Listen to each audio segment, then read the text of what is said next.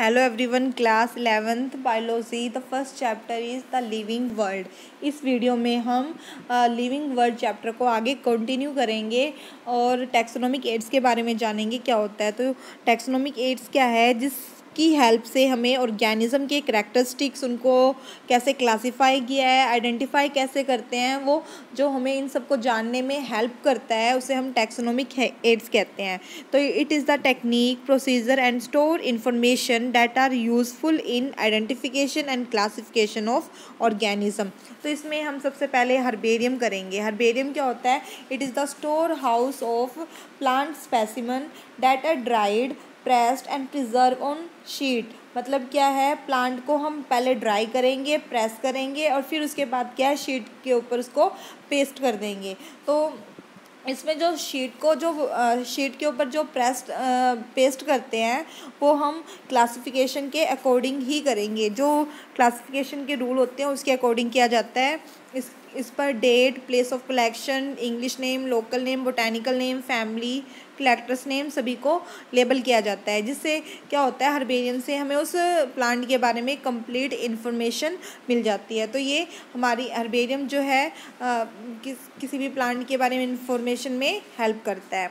अब हमारा आता है बोटैनिकल गार्डन। बोटैनिकल गार्डन क्या है? Collection of living plants. तो इसे हम लिविंग प्लांट को गार्डन में ग्रो करवाया जाता है फॉर आइडेंटिफिकेशन पर्पस और रेफरेंस के लिए। इस पे भी साइंटिफिक नेम और फैमिली को लेबल किया जाता है।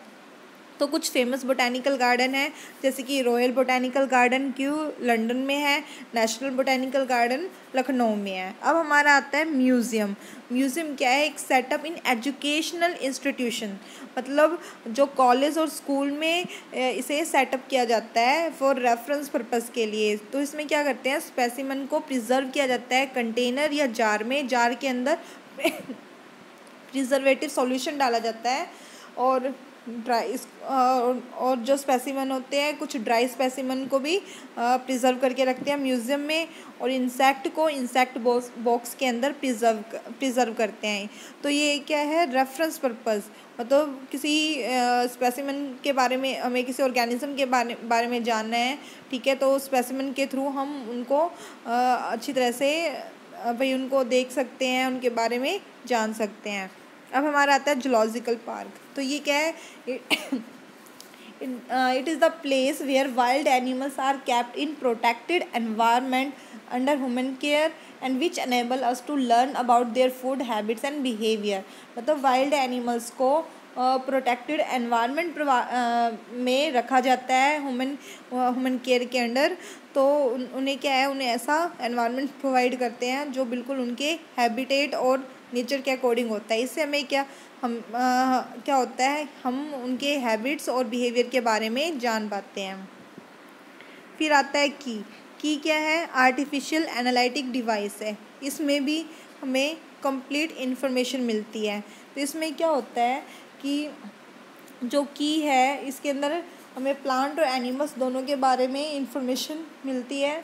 तो इसमें सिमिलैरिटी और डिससिमिलैरिटी के बेस पे हम किसी भी ऑर्गेनिज्म को आइडेंटिफाई करते हैं। तो इसमें क्या होता है, दो कंट्रास्टिंग करैक्टर होते हैं, और दो कंट्रास्टिंग करैक्टर मतलब एक प्रेजेंट होगा, एक एब्सेंट होगा। तो ऐसे कंट्रास्टिंग करैक्टर होंगे।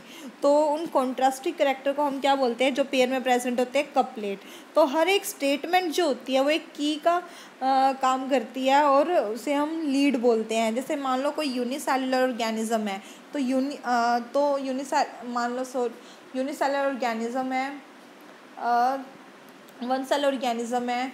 तो मान लो अगर हम न्यूक्लियस को लेकर चलते हैं कि न्यूक्लियस प्रेजेंट है या अब्सेंट है। तो न्यूक्लियस प्रेजेंट है तो हम टिक कर देंगे, एक्सेप्ट कर लेंगे कि प्रेजेंट है, और अब्सेंट वाले को रिजेक्ट कर देंगे।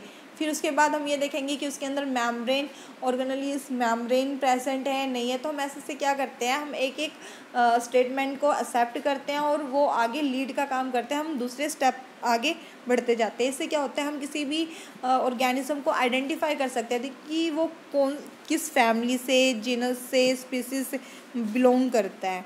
तो इसलिए की को हमने एनालिटिक इन नेचर बोला है। अब आता है फ्लोरा। फ्लोरा में क्या होता है कि कंप्लीट इन्फॉर्मेशन मिलती है प्लांट की। तो प्लांट ये हमें कंप्लीट मतलब एक्चुअल मतलब प्लांट का हैबिटेट कैसा है और दिए गए गिवन एरिया में उसका डिस्ट्रीब्यूशन कैसा है, वो हमें वो पता चलेगा इसका। और मैन्युअल में क्या होगा, इसमें ये भी हमें इंफॉर्मेशन देता है for identification of name of species found in an area. एक एरिया में जो स्पीसीज़ हमें जो देखने को मिलती है उसकी कंप्लीट कैरेक्टरिस्टिक्स क्या है उसके बारे में हमें मैन्युअल बताता है। फिर आता है मोनोग्राफ। मोनोग्राफ क्या होता है, ये भी मोनोग्राफ जो है ये भी एक टैक्सोन को लेकर इंफॉर्मेशन देता है। ठीक है, एक टैक्सोन मीन्स किसी एक कंप्लीट जो कैटेगरी जो होती है उसके बारे में बताएगा। ठीक है, और फिर आता है कैटलॉग। कैटलॉग में क्या होता है, अल्फ़ाबेटिक अरेंजमेंट होती है स्पीसीज़ की, तो पर्टिकुलर प्लेस की और फीचर्स की, तो उसे हम कैटलॉग बोलते हैं। ठीक है, ये हमारा चैप्टर अब कंप्लीट हो चुका है। आई होप आपको समझ में आ गया होगा। तो अब नेक्स्ट वीडियो में हम सेकंड चैप्टर करेंगे। Thank you.